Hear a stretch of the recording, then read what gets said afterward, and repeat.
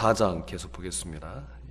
요한복음 4장 43절에서 마지막 54절까지. 요한복음 4장 43절에서 54절까지 한 절씩 교독하겠습니다. 이틀이 지나매 예수께서 거기를 떠나 갈릴리로 가시며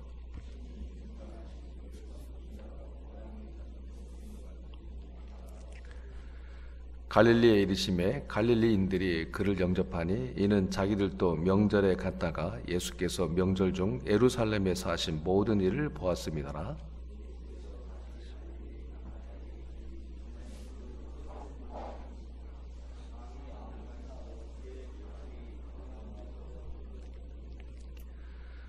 그가 예수께서 유대로부터 갈릴리로 오셨다는 것을 듣고 가서 청하되 내려오셔서 내 아들의 병을 고쳐 주소서 하니 그가 거의 죽게 되었습니다.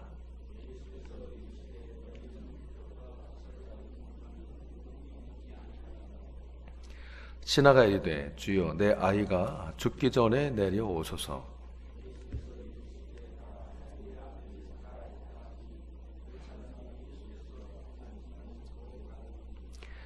내려가는 길에서 그 종들이 오다가 만나서 아이가 살아있다 하거늘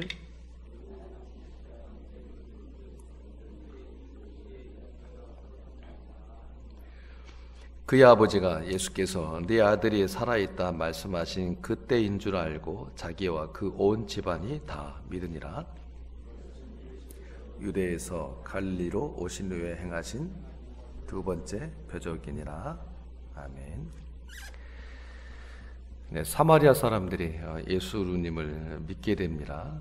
그런데 어떻게 해서 그들이 예수를 믿게 되었는가 하면 어제 우리가 읽었던 그 말씀이죠. 41절을 보면 예수의 말씀으로 말미암아 믿는 자가 더욱 많아 이렇게 기록하고 있습니다. 예수의 말씀으로 말미암아 믿는 자가 더욱 많아. 사마리아 여인도 마찬가지였죠. 예수가 하신 말씀으로 말미암아 이들이 믿게 되는 일이 일어납니다. 그런데 오늘 본문 말씀을 보면 갈릴리 사람들이 나오는데 예수께서 또 이렇게 말씀을 하시죠. 44절을 보면 친히 증언하시기를 선지자가 고향에서는 높임을 받지 못한다 하시고, 예수님은 갈릴리 지방 그 나사렛 동네에서 이제 자라셨습니다. 고향이나 다름없는 것이죠. 그 고향 땅에서, 그런데 예수님은 본인이 높임을 받지 못한다 이렇게 말씀을 하십니다. 그런데 바로 이어지는 45절을 보면 이렇게 기록되고 있습니다. 갈릴리에 이르심에 갈릴리인들이 그를 영접하니 이렇게 되어 있습니다. 그러면 예수님이 선지자가 고향 땅에서는 그 영접을 받지 높임을 받지 못한다 이렇게 말씀하신 것은 지금 예수님이 뭘 오해하고 착각하고 계시는 건가, 아니면 말 실수라도 하시는 건가? 물론 그렇지는 않습니다. 이 갈릴리 사람들이 예수를 영접한 이유가 나오는데 45절을 다시 보면 갈릴리에 이르심에 갈릴리인들이 그를 영접하니 이는 자기들도 명절에 갔다가 예수께서 명절 중 예루살렘에서 하신 모든 일을 보았음이더라. 이 말씀에 따르면 왜 갈릴리 사람들이 예수님을 영접한 겁니까? 예수께서 명절 중 예루살렘에서 하신 모든 일을 보았음이더라. 그러니까 예수께서 명절에 유월절 명절을 말하죠. 유월절 명절에 예루살렘에서 일으키신 그 기적들을 이들이 보았기 때문입니다. 그 당시 수많은 사람들이 예수님이 일으키시는 기적들 때문에 예수님을 따라다녔습니다. 그러니까 중간에 대부분의 사람들이 다 이제 떨어져 나가죠.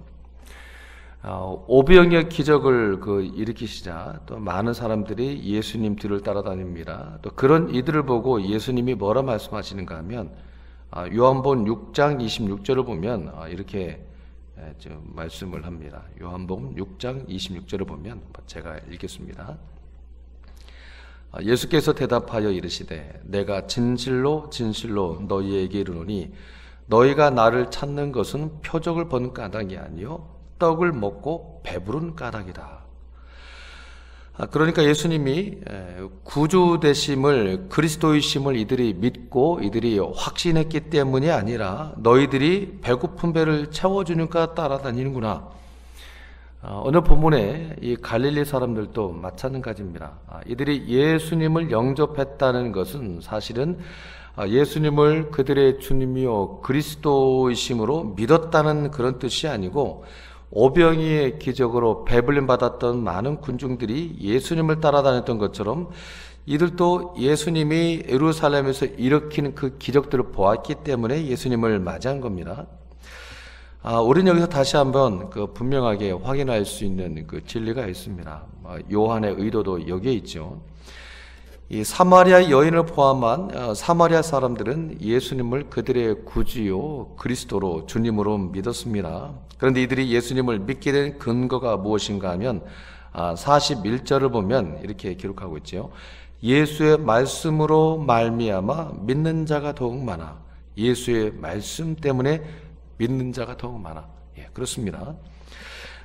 오직 이 말씀만이, 이 복음만이 우리에게 믿음을 가져다주고 또 우리의 믿음을 더욱 견고하게 하고, 말씀만이 우리의 믿음을 더욱더 깊어지게 하며 우리의 믿음을 더욱더 성장하게 해주는 겁니다. 어떤 기적이, 오병이어가 체험이 우리에게 믿음을 가져다주거나 우리의 믿음을 깊어지게 하는 것은 사실 아닙니다. 오늘 본문에 갈릴리 사람들은 예수님이 오시자 영접했습니다. 그런데 예수님이 선지자가 고향에서는 높임을 받지 못한다 이 말씀하신 이유가 바로 여기에 있습니다. 그들은 사실은 예수님을 구주요 그리스도로 영접한 것이 아니고 예루살렘에서 놀라운 기적을 일으킨 자로서 참 신비로운 한 사람으로 예수님을 맞이한 겁니다. 여러분, 우리가 신앙생활 하면서 우리가 오해하지 말아야 할 것이 뭔가 하면, 하나님이 내게 이런 기적만 보여주시면 내 신앙이 지금보다 더 깊어지고 믿음도 더 좋아질 텐데, 그러나 성경 그 어디에도 그렇지 않다고 말씀하고 있습니다. 우리의 믿음은 오직 말씀을 들음으로만 깊어지는 겁니다. 그러니까 기적은 믿음의 결과로 우리에게 주어지는 것이지 기적이 우리에게 믿음을 가져다 주는 것은 아닙니다.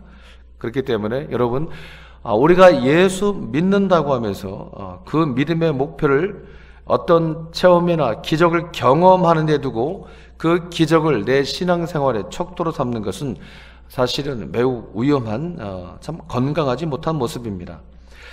평생을 어떤 체험이나 환상을 쫓아 이 교회 저 교회 또 무슨 기도원을 쫓아다니다가 하다 안 되니까 결국엔 이상한 체험하게 해준다는 이단에 걸려드는 경우들이 의외로 많이 있습니다. 참 건강하게 신앙생활을 하는 듯 했는데 그 마무리가 매우 안타까운 경우들을 사실 우리는 적잖이 보아왔습니다. 이건 정말 가슴 아픈 일입니다. 성도 여러분, 오직 말씀입니다. 오직 말씀입니다. 이 말씀에만 여러분의 그 신앙의 기초를 든든히 뿌리 내리실 수 있기를 바랍니다.